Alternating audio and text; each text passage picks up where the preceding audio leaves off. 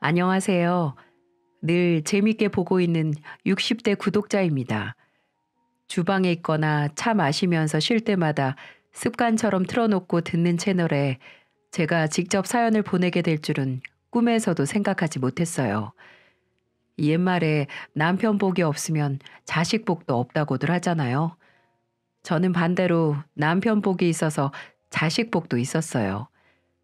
젊어서부터 근면 성실하게 일해 자수성가한 남편과 서글서글한 성격으로 집안 맞이, 막둥이, 아들, 딸 역할 모두 하는 외동아들, 20대 후반, 요즘 같아선 좀 이른 나이에 꾸린 가정은 저의 모든 것이었어요. 하지만 그 행복도 한순간이었습니다. 남편이 지병으로 먼저 세상을 떠나 세상엔 저와 아들 둘만 남게 되었어요. 그나마 남편은 본인이 먼저 갈 걸 알았는지 남은 가족 편히 살라고 제 앞으로 현금과 부동산, 주식 등 재산을 만들어 놓은 상태였죠. 그 덕에 혼자 몸으로 고생하지 않고 아들 하나 잘 키웠습니다. 일찍 사별에 박복한 팔자라는 생각은 전혀 들지 않을 정도로 안정적인 일상을 이어왔는데 집안 귀신이 사람 잡아간다고 나중에 들어온 식구 하나가 제 속을 완전히 뒤집어 놓을지 어디 상상이나 했겠어요? 제 말년의 액땜은 아들이 결혼할 사람을 데려오면서부터 시작됐습니다. 엄마가 아빠 먼저 보내고 혼자의 몸이라서 그런지 아들은 어려서부터 여자를 잘 만나지 않았어요. 너 만나는 사람 없니? 나이가 몇인데 이제 결혼 전제로 여자도 만나야지 않겠어? 이렇게 물어봐도 일하느라 바빠서 만날 틈도 없다고 웃는데 혹시 본인이 누굴 만나면 혼자 되는 엄마 걱정이라도 하나 안쓰러웠죠. 다행히 아들은 일하는 곳에서 제 짝을 찾아 30 후반에 연애를 시작했습니다. 듣기로는 2살 터울의 회사 거래처 여직원이었는데 아들에게 굉장히 적극적으로 마음을 표시하고 다가왔다고 하더라고요. 그 얘기를 듣곤 내가 아들 하나는 멀끔히 잘 낳았지 하고 흐뭇하기만 했었네요. 사이좋게 잘 만나나 싶었는데 웬걸 사이가 너무 좋았던 걸까요? 만나던 여자가 혼전 임신을 한 게 아니겠어요? 원래 결혼 생각이 있었던 두 사람은 임신도 했겠다, 결혼을 좀 당기기로 했고 저도 굳이 말리지 않았습니다. 조금 남사스럽긴 해도 요즘 같은 세상에 마음만 맞으면 언제 임신을 하던 상관없다고 생각했죠. 그렇게 부랴부랴 결혼을 진행했습니다. 처음 만나는 며느리는 새초롬한 인상에 똑부러진 말투, 싹싹하진 않아도 그래도 예의 있는 아이였습니다. 반가워요. 나 현우 엄마예요. 앞으로 한가족들 사이인데 잘 지내봐요. 네, 저는 서지혜라고 합니다. 잘 부탁드려요. 어머니 말 편히 놓으세요. 그럼 그럴까? 그럼 애는 지금 몇 주 됐지? 6주? 이제 5주 됐어요, 엄마. 아유, 5주면 좀 힘들겠다. 속 안 좋아지기 시작했을 텐데 현우 네가 잘 봐줘. 혼전 임신이라고 너무 부끄러워할 필요 없어. 애는 젊을수록 일찍 낳는 게 여러모로 좋고 바깥 양반 없이 오랫동안 현우랑 나만 있어서 그런지 집안이 조용했는데 지혜 들어오고 또 손주까지 생기니까 이제야 사람 사는 것처럼 바글바글해지겠네. 며느리는 고아원 출신으로 어려서부터 홀로 외로웠을 것 같아 저는 시자가 붙긴 했어도 부모라는 그늘이 되어주고 싶었습니다. 요즘에 부모 없이 자란 게 뭐 흠인가요? 오히려 어른으로서 보듬어 줘야죠. 저도 소중한 사람의 부재로 고통스럽던 날을 보낸 사람이라 더 마음이 쓰였었나 봐요. 아들과 둘이서 적적했는데 며느리도 생기고 심지어 곧바로 손주도 생겨 식구가 느니까 가만히 있어도 절로 웃음이 나더군요. 결혼식을 준비하면서도 아들보다는 며느리를 먼저 챙겼습니다. 며느리가 원하는 걸로 혼수, 예물, 예단 다 해주고 신혼집까지 모두 제가 도와주려고 했죠. 서른 중후반의 남녀가 돈을 모아봤자 얼마나 모았겠어요? 하지만 며느리가 한사코 100% 지원은 안 받겠다는 게 아니겠어요? 본인들의 결혼인데 시댁에 손 벌리기 죄송하다고 하면서 말이죠. 똑부러지고 독립적인 며느리 마음이 예뻐. 그럼 일단 신혼집 사서 내 명의로 하도록 하겠다. 그리고 애 태어나면 너희 둘의 공동 명의로 이전시켜 주겠다고 했어요. 손주 태어난 선물로 말이죠. 며느리는 주저하다가 그럼 아들과 본인이 모은 돈도 보태겠다고 하더군요. 전 자식들의 마음이 편하다면 그렇게 하라고 했어요. 그리고 마음 불편해하는 기색의 며느리에게 말했죠. 지혜야, 나는 우리 지혜를 이제 내 딸처럼 생각할 거야. 엄마가 딸 결혼하는데 집 해주는 게 뭐 어때서? 여유 있으면 해줄 수 있는 거지. 너희 시어머니 그 정도 능력은 있다. 그리고 지혜 네가 지금 홀몸도 아니고 튼튼한 아이 낳아야 하잖니. 좋은 집에서 시작하면서 건강하고 예쁜 아이 낳아서 현우하고 행복하게 사는 게 나한테 보답하는 거야. 네, 어머니, 감사합니다. 그래, 앞으로도 필요한 거 있으면 꼭 말해. 내가 되는 대로 도와줄 테니까. 그렇게 제 앞으로 있던 낡은 아파트 판돈에서 4억, 아들이 모은 돈 9천, 며느리가 모은 돈 7천 이렇게 해서 쓰리룸 아파트를 마련했고 아들네는 그곳에서 신혼을 시작했죠. 급하게 준비했던 결혼식은 다행히 마무리가 잘 됐고 며느리와 더 가까워질 수 있겠다 했는데 다 제 착각이었네요. 주변에 가까운 어른이 없던 터라 어색했던 걸까요? 결혼 후에도 며느리는 좀처럼 곁을 내주지 않더라고요. 아무래도 갑자기 생긴 시부모가 부담스러울 수 있겠다 이해하려고 했죠. 제가 아무리 며느리를 딸처럼 생각해도 며느리 입장에선 시어머니가 갑자기 없었던 엄마가 되는 건 아닐 테니까요. 저는 시간을 갖고 천천히 다가갔습니다. 지혜야, 주말에 뭐 하니? 뭐 먹고 싶은 건 없고? 내가 대하구이 맛있게 하는 곳 아는데 같이 갈까? 아, 어머니, 저 평일에 일했더니 너무 피곤해서 요번 주말은 그냥 집에서 쉬려고요. 그래, 그럼 먹고 싶은 거 말해봐. 내가 만들던지 사던지 해서 집에 보내줄게. 현우랑 같이 먹어. 임신하면 먹는 게 일이야. 그때 먹고 싶은 거 다 먹어야 나중에 후회가 안 된다. 괜찮아요, 어머니. 저희가 알아서 시켜 먹을게요. 어머니 괜히 고생 안 하셔도 돼요. 요즘 웬만해서 다 배달되잖아요. 며느리와의 대화는 항상 이런 식이었어요. 제가 다가가면 며느리는 좋은 말로 밀어냈죠. 임신하고 본인 회사 일도 바쁠 테니 사소한 것도 다 귀찮을 수 있지. 그래, 너무 서운해하지 말자 생각했어요. 며느리는 애를 낳아도 출산 휴가만 받고 바로 일에 복귀하겠다고 강하게 뜻을 밝혔거든요. 꽤 알려진 회사에서 남들보다 빠르게 승진한 며느리는 본인 일에 대한 자부심이 남달라 보였어요. 젊었을 때 한 푼이라도 더 벌고 일하고 싶어 하는 모습이 대단하고 대견스럽기도 했어요. 요즘 같은 취업난에 힘들게 들어가 자리 잡은 직장, 아이 키우면서 포기하긴 너무 아깝겠죠. 저는 출산 전 며느리에게 부담을 주고 싶지 않아 더는 이것저것 먹고 싶은 거 있냐, 몸은 어떠냐 물어보지도 않았어요. 혼자서 척척 자라는 애가 몸 관리도 어련히 알아서 하겠지 싶었어요. 그래서 자주 아들 통해서 제철 과일이나 음식, 맛집이라는 식당 음식 포장해서 배달을 해주거나 아기 용품이나 옷도 원하는 걸로 사고 싶겠지 해서 용돈으로 보냈습니다. 며느리의 몸 상태도 그냥 아들에게 전화해서 물어보았죠. 지혜는 요즘 어떠니? 입덧은 끝났고? 네, 예민한 사람이 다행히 입덧으로 고생은 오래 안 했어요. 입맛 없다고 하긴 했는데 그것도 오래 가진 않았고요. 저번 주에 보내신 양념게장 잘 먹더라고요. 엄마가 보낸 음식은 웬만해서 다 잘 먹어요. 그래, 이제 출산 휴가도 시작했으니까 본격적으로 집에서 몸조리 잘하라고 해라.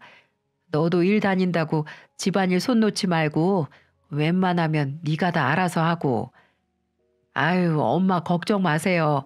엄마 아들 알아서 잘해. 그것보다 엄마 좀 서운하시죠?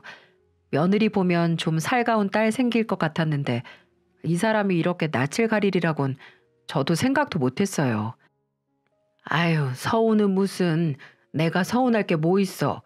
오히려 홀몸도 아닌 애가 알아서 다 하는 게 대견하지. 결혼 후 아내에게 껌뻑 죽는 우리 아들도 임신하고 시어머니한테 제대로 얼굴도 안 비치는 며느리 때문에 눈치가 보였었나 봅니다. 하지만 뭐 맡겨둔 것처럼 나를 성가시게 하는 것도 아니고 다른 문제로 속을 썩이는 것도 아니고 본인 일 알아서 하겠다는데 제가 무슨 할 말이 있겠어요. 하지만 그렇게 독립적이던 며느리는 아이를 낳고 나자 그 본 모습을 드러내더군요. 며느리가 출산 후 산후조리원에 들어가면서 전 며느리의 보기도 민망한 속내를 서서히 느끼기 시작했습니다. 애 낳고 정신없을 때 찾아가면 더 불편하진 않을까 싶어 저는 며느리가 조리원으로 옮기고 나서야 얼굴을 보러 갔죠. 수척해진 얼굴의 며느리는 건강한 딸아이를 낳았고 자궁이 약해 출산 중에 조금 출혈이 있던 것만 빼면 몸 상태도 괜찮다고 하더라고요. 그래도 고생해서 피골이 상접한 얼굴을 보고 너무 안쓰러워서 연신 다 마른 손을 잡고 수고했다, 수고했어 라고 말을 했습니다. 퇴원하면 보약이라도 지어 꾸준히 먹이거나 사람이라도 붙여서 몸 완전히 회복할 때까지 간병하도록 해야겠다고 생각했죠. 가져온 과일 깎아서 며느리 주면서 얼마나 고생했니, 너무 수고했다 이러면서 도란도란 한동안 이야기를 했어요. 대화 도중 며느리가 묵는 조리원의 객실을 둘러보니 요즘 조리원은 정말 웬만한 호텔 저리 가라 할 정도로 시설도 좋고 깨끗하더라고요. 나오는 음식도 영양 균형 딱 맞춰서 나오는 게 세상 참 좋아졌다 싶었죠. 근데 여기 시설 너무 좋다. 깔끔하고 1인실이 어쩜 이렇게 넓니? 여기 특실이라서 그래요, 엄마. 다른 방은 여기만큼 안 넓어요. 특실? 너 3주 동안 묵는 거 아니었니? 어머, 그럼 비용이 만만치 않겠다. 에이, 엄마가 내주시기로 했잖아요. 뭐 모르는 사람처럼 말을 하세요? 어? 내가? 이 사람이 그러던데요. 어머니가 내주시는 거니까 걱정하지 말라고요. 아니, 이게 무슨 말일까요? 저는 며느리에게 조리용 비용 문제는 고사하고 오히려 출산 한 달 전부터는 거의 연락조차 받지 못했었는데 갑자기 조리원 비용을 제가 내겠다고 한 게 말이 되나요? 제가 황당한 얼굴로 며느리를 쳐다보자 그 애는 갑자기 허리가 땡긴다며 말을 돌리더군요. 허리 요통으로 다 죽어가는 소리를 하는 애에게 대체 무슨 소리냐고 따져 물을 수도 없는 노릇이었습니다. 며느리 본인은 조리원 비용을 당연히 제가 낸다고 알고 있으니 지가 먼저 얘기를 꺼내겠지 싶었지만 그 후로 한동안 조리원의 조짜조차 꺼내지 않더라고요. 그렇게 잠잠하게 잊어갈 때쯤 퇴원하고 처음으로 아들네가 아기를 시댁으로 데려오는 날 며느리는 태어난 아기뿐 아니라 배은 망덕이라는 폭탄도 함께 안고 돌아왔습니다. 저는 그 전날 아들에게 아기 낳은 후 아직 며느리가 소화를 못 시킨다는 말을 듣고 새벽부터 일찍 일어나 며느리 먹일 죽을 준비했습니다. 시장에서 전복 큰 거 한 솥은 사다가 직접 손질해서 전복 4장까지 넣어 죽을 준비했어요. 도통 소통이 없던 고부 사이에 이제야 평범한 시어머니 노릇을 하는 것 같아 음식 준비하며 힘든 줄도 모르고 기분이 참 좋았죠. 죽과 다른 반찬들이 어느 정도 다 완성됐을 때 아들네가 도착했어요. 집에 온 첫 손주를 보며 저도 이제 할머니가 됐다는 걸 실감했어요. 오목조목 아들 애기였을 때 모습을 쏙 빼닮은 손녀를 보며 너무 기뻤습니다. 제 무릎에 아기를 앉혀놓고 어르고 달래며 만들어준 죽 맛있게 잘 먹는 며느리 보니까 절로 마음이 흐뭇해지더라고요. 그런데 며느리는 전복죽 잘 얻어먹고 저에게 폭탄을 투하했습니다. 어머니, 이것 좀 봐주세요. 이게 뭔데? 응? 임신 출산 비용 청구서? 이게 대체 뭐니? 그렇습니다. 며느리는 지금까지 본인이 임신하고 출산하기까지의 모든 일을 돈으로 환산해서 저에게 내민 게 아니겠어요? 깔끔하게 정리된 항목들이 그야말로 저를 뒷목 잡게 하더군요. 38주 내내 임신한 몸으로 고생한 수고 비용, 출산 중 과다출혈로 죽을 뻔했던 위험수당까지 포함한 수고 비용, 임신 후 출산 휴가 기간 동안 회사 내 경쟁에서 밀려난 위로 비용, 앞으로 어머님 손주 육아비 지원, 베이비시터, 어린이집, 초중고 들어갈 때 필요한 비용, 훗날 대학교 등록금은 별도로 지원, 지금까지 임신 중 썼던 생활비, 음식, 가정부 고용, 기타 생활비, 그리고 조리원 비용. 참 세세하게도 나눠놨더군요. 황당하고 충격적이라서 처음에 뭐라 말을 해야 될지 모르겠더군요. 그런 저에게 며느리는 세상 당당하게 덧붙였습니다. 아, 어머니께서 신혼집 돈 보태주셨던 거 포함된 금액이에요. 4억 중에 절반은 어머님이 아들 지원해 주신 거니까 2억 빼고 저 주시면 돼요. 8억이요. 제가 며느리에게 손주 낳아줬다고 줘야 하는 돈은 총 10억이었습니다. 이게 믿어지시나요? 어찌나 태연스럽게 말하던지 며느리의 말에 오히려 제가 혼란스럽더군요. 저는 눈을 돌려 아들을 쳐다봤습니다. 아들 또한 저처럼 지금 이게 어떻게 된 건지 상황을 파악하는 혼이 빠져나간 표정이었어요. 현우야, 너 이거 알고 있었니? 지금 지혜가 하는 말 혹시 너도 동의한 거야? 아니에요, 엄마. 무슨 소리세요? 난 정말 몰랐어. 나도 지금 처음 들어요. 야, 서지혜, 너 지금 뭐 하는 짓이야? 우리 엄마한테 돈 맡겨놨어? 뭐가 이렇게 당당한데? 왜 나한테 소리를 질러? 난 정당한 내 대가를 요구하는 거야. 요즘 며느리들 다 애 낳고 나면 시댁에서 수고했다고 돈 받는데 나는 왜 못 받아? 야, 그건 그냥 용돈 수준으로 받는 거지. 무슨 10억이야, 10억이. 너 10억이 네 집 개 이름이야? 엄마가 왜 우리 애 낳는데 너한테 억 단위의 돈을 줘야 돼? 모르는 소리 좀 하지 마. 나도 다 계산한 거니까 내가 지금 회사에서 받는 연봉 시간 단위로 계산해서 적용한 거야. 거기에 이번에 임신 안 했으면 연봉도 올랐을 테니까 그것도 합했고. 어머니 아시죠? 저 회사에서 유능하고 돈도 꽤나 잘 벌던 거. 그리고 육아비 지원은 앞으로 물가 오를 것도 예상한 거니까 터무니없는 금액이 아니에요. 아시죠? 서지혜, 너 진짜 미쳤어? 또박또박 정말 본인이 응당 받아야 하는 돈이라고 말하는데 정말 기가 막혔습니다. 얘가 이러려고 지금까지 그렇게 선을 그은 건가 했어요. 이전에 조금이라도 도움받거나 하면 이렇게 칼같이 못 나올 테니까 철저하게 계산기를 돌렸구나 싶었습니다. 그것도 모르고 저는 그저 외로웠던 아이라서 못 다가오는 걸 거다. 점점 나아지겠지. 그렇게 홀로 희망 고문을 했던 거죠. 전 안고 있던 손주를 얼굴이 울그락불그락 빨개진 아들에게 넘기고 말았습니다. 어서 나가라. 제가 할 말은 그 한마디 뿐이었어요. 뻔뻔하게 본인 아이를 담보로 빚쟁이 마냥 돈을 요구하는 며느리 얼굴을 더는 보고 싶지 않았습니다. 엄마, 어머니께서 그러셨잖아요. 필요한 거 있으면 뭐든 말하라고요. 근데 왜 지금 와서 그러세요? 며느리는 그 뺀질뺀질한 입을 다물질 않더라고요. 그래도 최대한 침착하고 싶었는데 그 한마디에 저는 더 이상 참지 못했습니다. 너는 정도라는 걸 모르는 애니? 어디서 시애미한테 애 낳았다고 돈을 요구해? 나 좋으라고 낳았어? 어? 너 애 낳아주려고 낳았니? 애 낳아서 시부모한테 장사하려고 낳았어?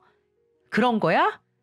어쩜 이렇게 뻔뻔하게 얼굴빛 하나 안 바뀌고 말도 안 되는 소리를 하고 나자빠졌어? 너 정말 무서운 애구나. 혹시 너 이러려고 혼전 임신한 거니? 나한테 한몫 단단히 뜯어내려고? 어머니, 왜 이렇게 화를 내세요? 저는 그 입 다물어. 내가 화 안 나게 생겼어? 너 결혼하고 시어미가 뭐라도 말 걸면 그때마다 뭐라고 했니? 제가 알아서 할게요. 이러면서 상관하지 말라고 했지? 내가 그럴 때마다 너한테 싫은 소리 한마디 한 적 있니? 아, 얘는 다 알아서 하는 애니까 그냥 이해하자.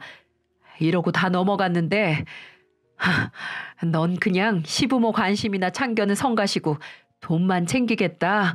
그 심보 아니냐? 엄마, 일단 좀 진정. 너도 조용히 해. 안 사람이 이런 작당을 하고 있었던 걸 못 알아챈 너도 문제야. 긴 말할 필요 없다. 당장 나가. 손주 안 보면 그만이야. 난 아쉬울 거 없어. 제가 강하게 나가자 며느리는 아랫입술을 꾹 다물고 분한 듯이 앉아있더라고요. 저는 반성도 모르는 그 얼굴에 회심의 한 방을 날렸습니다. 그리고 너희 집에서 짐도 빼. 그 말을 듣자마자 표독스러웠던 며느리 얼굴이 새하얗게 질리는 게 아니겠어요? 지도 아차 싶었겠죠. 저는 손을 바들바들 떠는 그 애에게 말했습니다. 그 집 아직 내 명의인 거 알고 있지? 나는 분명 애 낳고 이전해 주겠다고 했지만 아직 바꾸러 가진 않았다. 어머니, 이건 말이 다르죠. 약속하셨잖아요. 네가 지금 나한테 약속 운운할 처지야? 그래, 너한테 약속은 했다만 그걸로 서류로 남겨 지장을 찍길 했니? 녹음하기를 했니? 아무리 구두 계약도 계약이라지만 아무런 증거도 없는 약속을 네가 지금 이렇게 막무가내로 나오는데 나도 지킬 이유 없지. 안 그러니? 현우하고 네가 보탠 돈은 10원도 안 빠뜨리고 그대로 돌려줄 테니까 더 이상 말 보태지 마라. 그제서야 정신을 차린 건지 편하게 거실 소파에 앉아있던 며느리가 후다닥 바닥에 무릎을 꿇는 게 아니겠어요? 참나, 태세 전환이 어찌나 빠르시던지. 그래도 시어머니가 본인 아들하고 손주 같이 사는 아파트에서 쫓아내진 않겠지라고 생각했나 본데 큰 오산이었던 거죠. 며느리는 급히 손이 빨개지도록 싹싹 빌었습니다. 어머니, 죄송해요. 제가 잠깐 정신이 어떻게 됐나 봐요. 애 낳고 앞으로 먹고 살 걱정에 회사에 들어가도 왠지 제 자리도 제대로 남아있을 것 같지 않고 제가 너무 불안해서 그랬어요. 애 낳은 지도 얼마 안 돼서 몸도 마음도 너무 힘들어서 제가 순간 실수한 거예요. 어머니, 저 한 번만 용서해 주세요. 네? 어린 자식 보는 앞에서 손을 싹싹 빌며 울면서 말하는 며느리는 이마까지 아예 거실 바닥에 박아가며 용서를 구하더군요. 하지만 저는 절대로 그게 실수라고 생각하지 않았어요. 애 낳은 값을 당당하게 요구하는 저 뻔뻔한 계산법이 진짜 며느리의 인성이라고 생각했어요. 저는 아들한테 둘 다 보고 싶지 않으니까 집으로 가라고 했어요. 아들에게 질질 끌려가다시피 현관문을 나서는 며느리를 쳐다도 보지 않았습니다. 아들네가 가고도 한동안 너무 황당하고 어찌나 기가 차던지 속에서 열불이 나서 혼났네요. 집에 사람이 잘못 들어와도 단단히 잘못 들어왔다고 생각했죠. 한동안 그년 생각은 하고 싶지도 않았는데 그날 이후로 며느리는 눈물의 생쇼를 시작하더군요. 매일 밤 태어난 지 한 달 막 지난 아이를 안고 밤마다 제 집으로 찾아왔습니다. 정말 제정신이 아니라는 생각이 들었어요. 아니, 애미가 용서받으려고 지 자식을 이용하는 모습에 치가 떨렸습니다. 저는 그런 구차한 모습에 현관문을 더 굳세게 닫았어요. 그렇게 열흘을 문전박대하니 아들에게서 전화가 오더군요. 엄마, 그 사람 매일 엄마 집에 찾아가는 거 알죠? 출산휴가도 끝나서 회사 나가는데 매일 퇴근해서 연희 안고 바로 엄마 집으로 가고 있어요. 알게 뭐냐? 오지 말라고 해. 나도 성가셔. 그리고 난 용서는커녕 문 열어줄 생각도 없어. 엄마, 그 사람 진짜 반성 많이 했어요. 아무래도 산후 우울증 때문인 것 같대. 나도 앞으로 이런 일 한 번만 더 생기면 정말 가만 안 있겠다고 일러뒀고, 용서하라는 게 아니라 그래도 문 한 번만 열어서 만나줘요. 어? 그날 그 꼴을 보고도 지 아내 편을 드는 아들에게도 정남이가 뚝 떨어지더라고요. 결혼하더니 정말 머저리가 다 되었구나. 혀를 찼습니다. 하루는 친구들과 모임에서 식사를 하고 가까운 저희 집으로 초대해 차나 한잔 하려고 했습니다. 아직 퇴근 시간 전이니 며느리도 집 앞에 없겠거니 했죠. 그런데 친구들 잔뜩 끼고 아파트 엘리베이터에서 내리니까 추운 날씨에 콧잔등 빨개진 어린 연희를 아는 며느라이가 집 앞에 떡하니 서 있는 게 아니겠어요? 저건 며느리 아니야? 왜 저러고 있어? 어머, 저 애가 이번에 낳았다는 아기? 근데 왜 저러고 있어? 애기 추운데 안 들어가고. 자기, 며느리한테 현관문 비밀번호도 안 알려주는 거야? 아휴, 저는 저게 단단히 날 망신시키려고 작정했구나 싶었습니다. 일단 친구들에게 며느리가 찾아왔으니 나중에 초대하겠다고 미안하다고 말하며 돌려보냈어요. 그리고 장승처럼 서 있는 며느리에게 말했죠. 네가 지금 나한테 복수하려고 이러는구나. 집에서 짐 빼라고 했더니 이 시엠이 친구들 앞에서 망신이라도 주려고, 어? 그 속셈이야? 열받아 버럭 소리를 지르자 며느리는 찬바닥에 무릎을 꿇고 서럽게 흐느끼면서 말했습니다. 어머니, 저 다니는 산부인과에서 산후 우울증이래요. 의사도 제가 우울증 때문에 돌발 행동한 거래요. 연희 모유 수유만 끝나면 약물 치료도 할 거고요. 다시는 어머니한테 헛소리 안 할게요. 제가 정말 잘못했어요, 어머니. 한 번만 봐주세요. 며느리가 주머니에서 주섬주섬 꺼내 제게 건넨 건 산부인과 진단서였습니다. 저도 정말 늙은 건지 마음이 물러지더군요.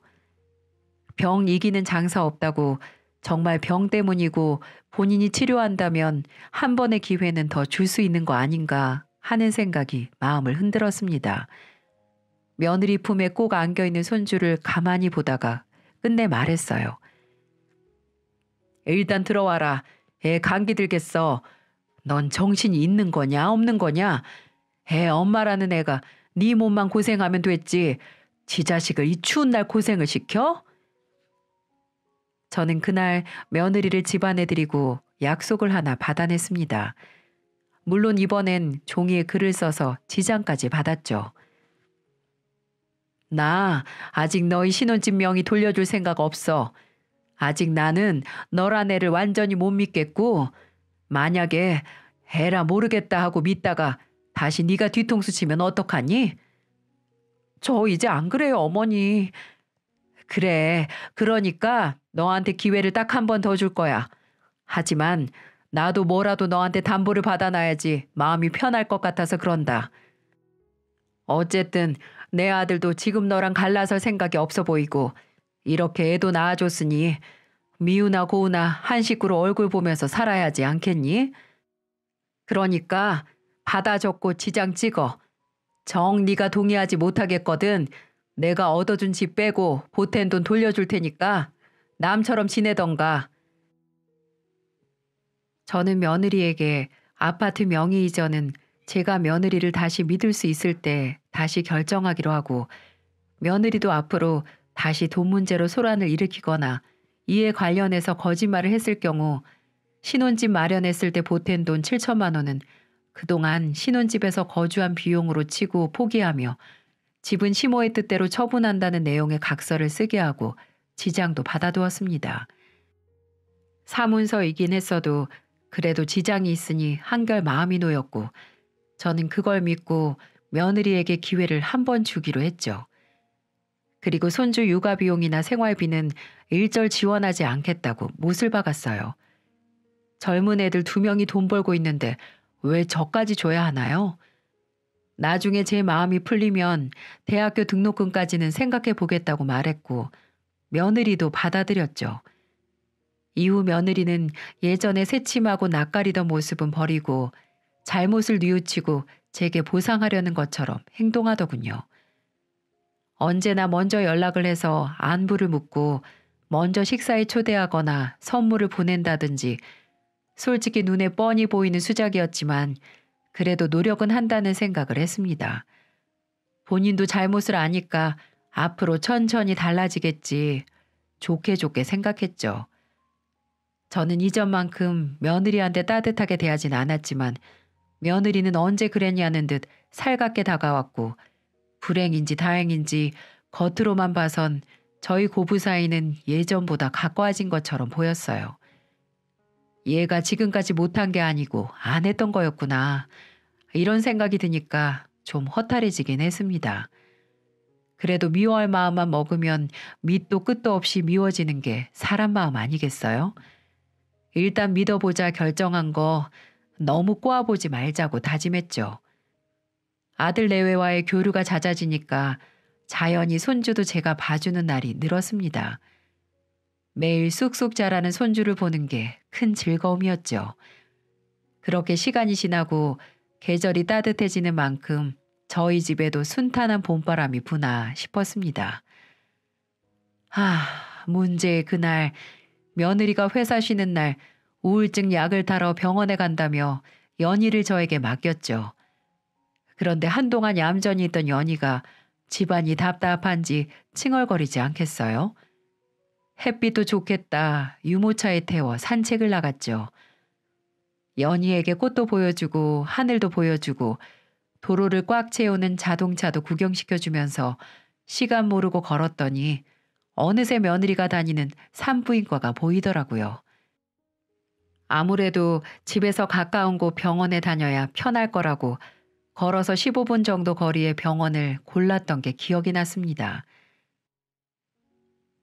연희야, 우리 엄마 마중 갈까? 나온 김에 며느라이와 함께 집에 들어가면 좋을 것 같아 전화를 거니까 며느리 핸드폰은 꺼져 있더군요. 아무래도 병원이라 꺼놨나 보다 하고 건물로 들어갔어요. 병원에 들어서니 환자 대기실에도 며느리의 모습은 보이지 않았고 저는 유모차를 끌고 접수처로 가서 직원에게 물었습니다. 혹시 서지혜 환자 진료 끝났나요? 우리 며느리인데 아직 있으면 같이 들어가려고. 네? 서지혜 환자요? 그 환자분은 몇 달 전에 아기 낳으시고 병원에 오신 적이 없을 텐데요. 네? 무슨 소리세요? 며느리가 산후우울증으로 여기서 진단도 받고 오늘 약 타러 온다고 했는데요. 서지혜 환자분이 산후우울증이란 얘기 처음 듣는데요. 차트에 남아있는 것도 없고요. 아마 진단을 받았어도 저희 병원은 아닐 거예요. 망치로 쿵 하고 머리를 맞은 기분이었습니다. 며느리가 처음에 보여준 진단서에 분명 이 병원 이름이 찍혀 있던 걸로 기억하는데 또 당했구나 싶었습니다. 이제 끝이다 싶은 저는 곧바로 아들에게 연락을 해 퇴근하면 어디 들리지 말고 바로 너희 신혼집으로 들어오라고 했습니다. 영문을 모르는 아들은 일단 알겠다고 하고 전화를 끊었죠. 어디서 뭘 하는지 아직도 핸드폰이 꺼져 있는 며느리에게는 문자 하나 남기지 않고 저는 집에서 있던 며느리가 준 진단서와 각서를 챙겨 애들 신혼집에 가 있었죠.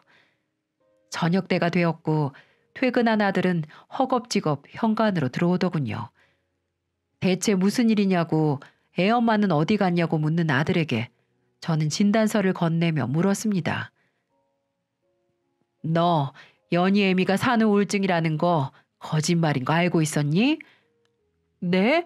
엄마 그게 무슨 소리예요? 여기 진단서도 다 있는데. 내가 아까 병원 갔다가 확인하고 오는 길이야. 연희엠이 산후 우울증은 고사하고 애 낳고 병원 근처도 간 적 없단다. 우울증 진단받은 기록도 없고 이 못된 게 우리 속이려고 어디서 서류라도 위조해 온 게야? 충격을 받은 아들은 한동안 아무 말도 못하더군요. 하기사 그렇게 눈멀어 사랑했던 여자가 입만 열면 속 뒤집는 헛소리에 거짓말이니 충격이 크겠죠. 더 이상 물러날 수 없는 저는 큰 마음을 먹고 아들에게 말했습니다. 며느리의 지장이 찍힌 각서를 건네며 말이죠. 난 이제 걔 절대 안 본다. 어떻게 지 잘못 용서받겠다고 병 걸렸다는 거짓말을 시모 앞에서 입에 침 하나 안 바르고 해. 무섭다 무서워. 여기 쓰여진 대로 집은 내가 알아서 처분할 거고 네가 보낸 9천이랑 걔가 보낸 7천만 원 딱 갈라줄 테니까 걔랑 이혼 안 할 거면 그 돈 받고 너네끼리 알아서 살아. 너 이혼 안 하면 너랑도 끝이야. 얼마나 사람 보는 눈이 없었으면 그런 년을 우리 집안에 끌어들여? 엄마, 사실 저도... 한창 손으로 입을 틀어막고 있던 아들이 조심스럽게 입을 열었습니다. 아들이 하는 소리는 충격 그 자체였죠. 며느리라는 애의 바닥이 어디인지 모르겠더군요. 엄마한테 출산비용 달라고 하고 그 난리친 지 얼마 안 지나서 나한테도 그랬어요. 엄마가 안 주니까 나한테라도 받아야겠다고. 애는 자기가 혼자 10달 품었는데 어떻게 본인 앞으로 떨어지는 게 아무것도 없냐고 하면서요. 자기 앞으로 목돈 5억 만들어주던가 엄마한테 말해서 이 아파트 연희 엄마 단독 명의로 해달라고 하라고.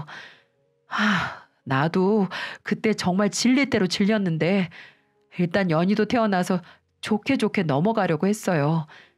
엄마랑 그 사람 화해하면 어찌됐든 괜찮아질 거라고. 근데 나도 이제 더는 못 살겠어. 엄마, 나 이혼할게요. 아들이 이렇게 마음을 먹자 저도 조금 불편했던 마음이 사라졌습니다. 이제 우리 집에 들어온 그 돈벌레 같은 년을 없앨 일만 남았죠. 자식은 시모한테 맡기고 하루 종일 연락도 안 되던 그녀는 밤 12시가 지나서야 슬금슬금 기어 들어오더군요. 어머니, 죄송해요. 제가 너무 늦었죠. 상담이 좀 늦게 끝나기도 했고 갑자기 회사에서 호출이 들어와서 정신이 없었어요.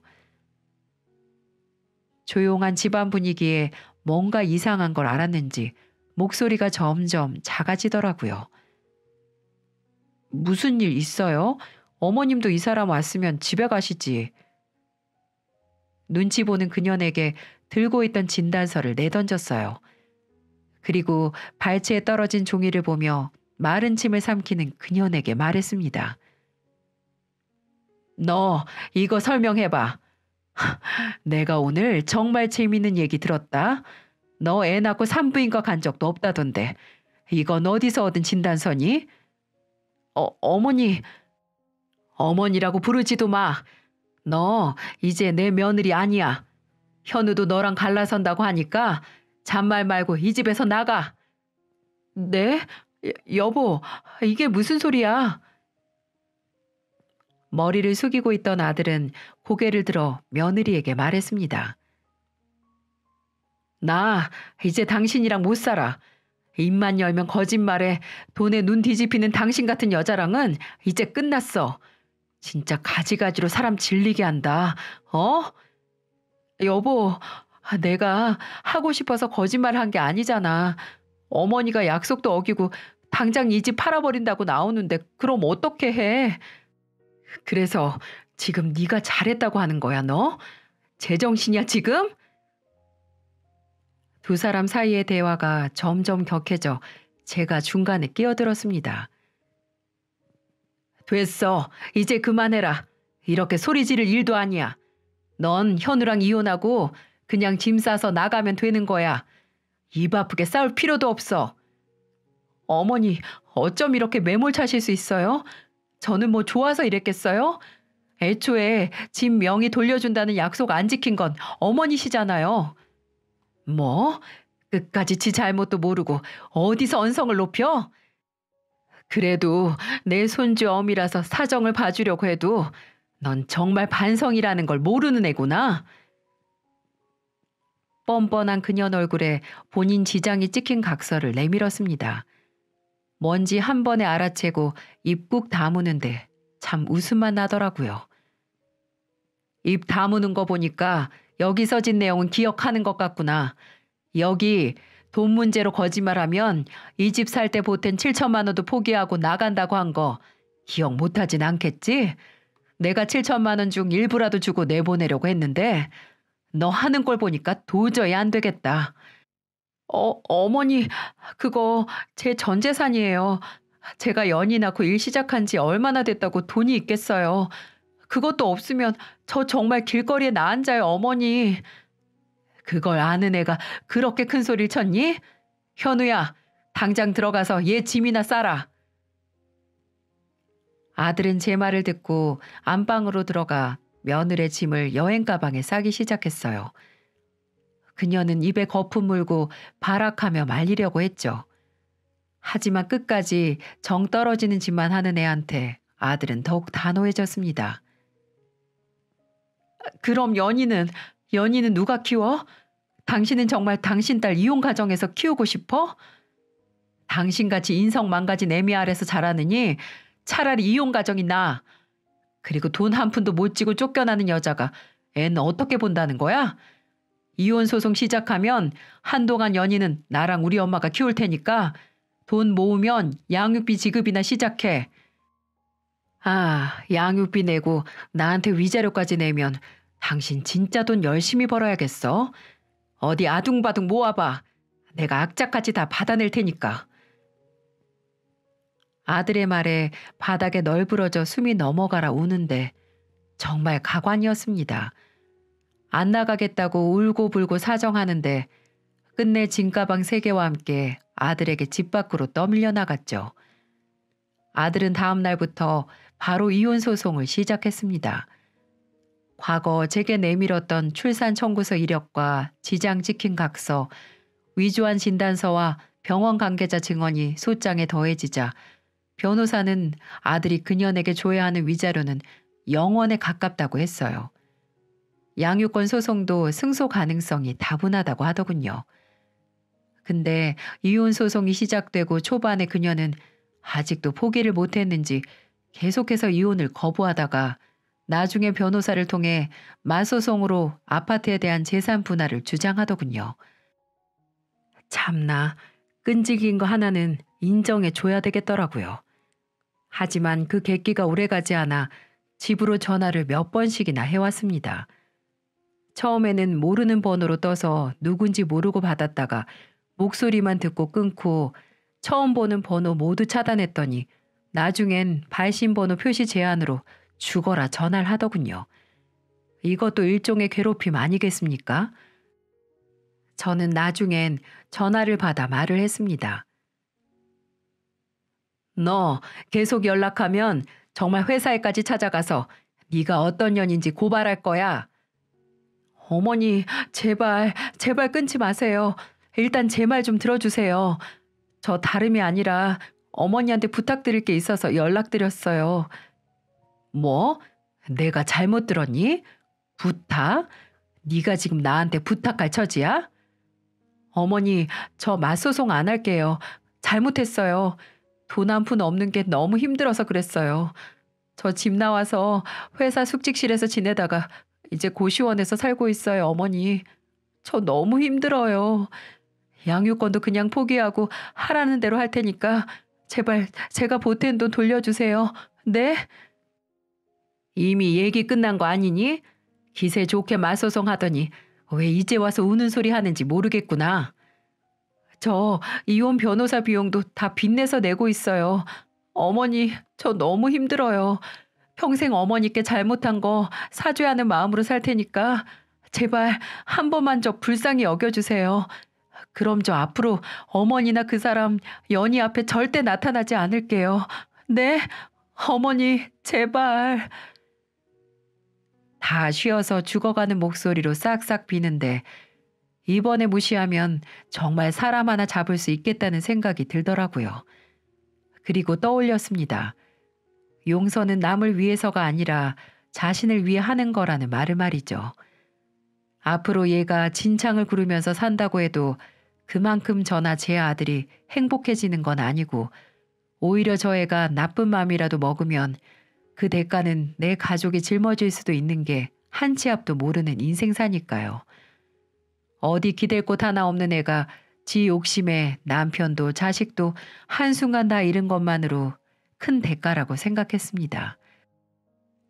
그날 전화를 끊고 아들과 함께 긴 대화를 나눴고 끝내 며느리가 신혼집에 보탰던 돈의 일부인 3천만 원을 주기로 했습니다.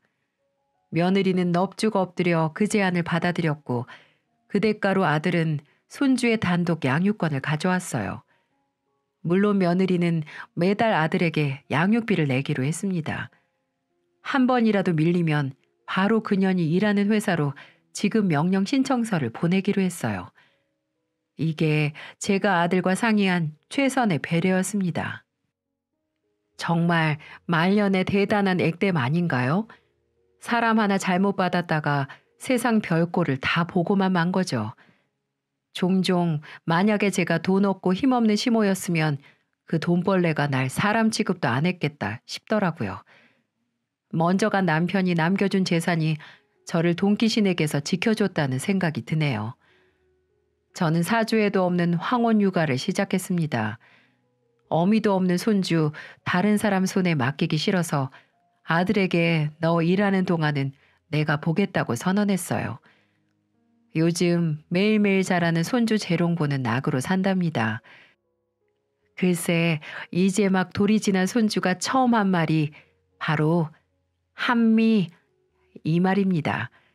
이 맛에 애 보느라 힘든 걸 다 잊는다니까요. 앞으로 이 아이가 자라서 대학에 가고 취직도 해서 결혼까지 하는 거 보려면 앞으로 저 건강관리에 신경 좀 써야겠어요. 그 생각만으로 뭔가 인생을 다시 시작하는 것 같기도 하고 젊어지는 것 같기도 해서 기분이 오묘하네요. 아들은 이혼 과정에서 충격을 받기도 했지만 하나밖에 없는 딸 뭐든 하고 싶은 거 하면서 살게 하고 싶다며 얼른 정신을 차렸습니다. 자신을 몰아붙여 열심히 살려고 하는 모습이 안쓰럽기도 하지만 아들도 그 과정에서 더 어른이 된 것 같아요. 그러고 보니 법정 스님의 말씀 중에 이런 말이 생각나네요. 인연으로 피해를 보는 건 진실 없는 사람에게 진실을 쏟아부은 대가를 받는 벌이다. 저는 진실이 없는 사람에게 제 진실한 호의를 모두 주었다가 이 나이에 혹독한 인생 수업을 하게 된 거죠. 역시 배움에는 나이가 없는 것 같습니다.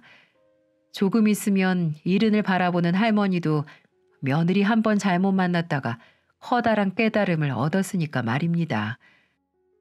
제 이야기를 들어주신 여러분도 간혹 만나는 인생의 풍파에서도 좌절하지 마시고 배움을 얻어 한 발자국씩 더 성장하시길 바랍니다.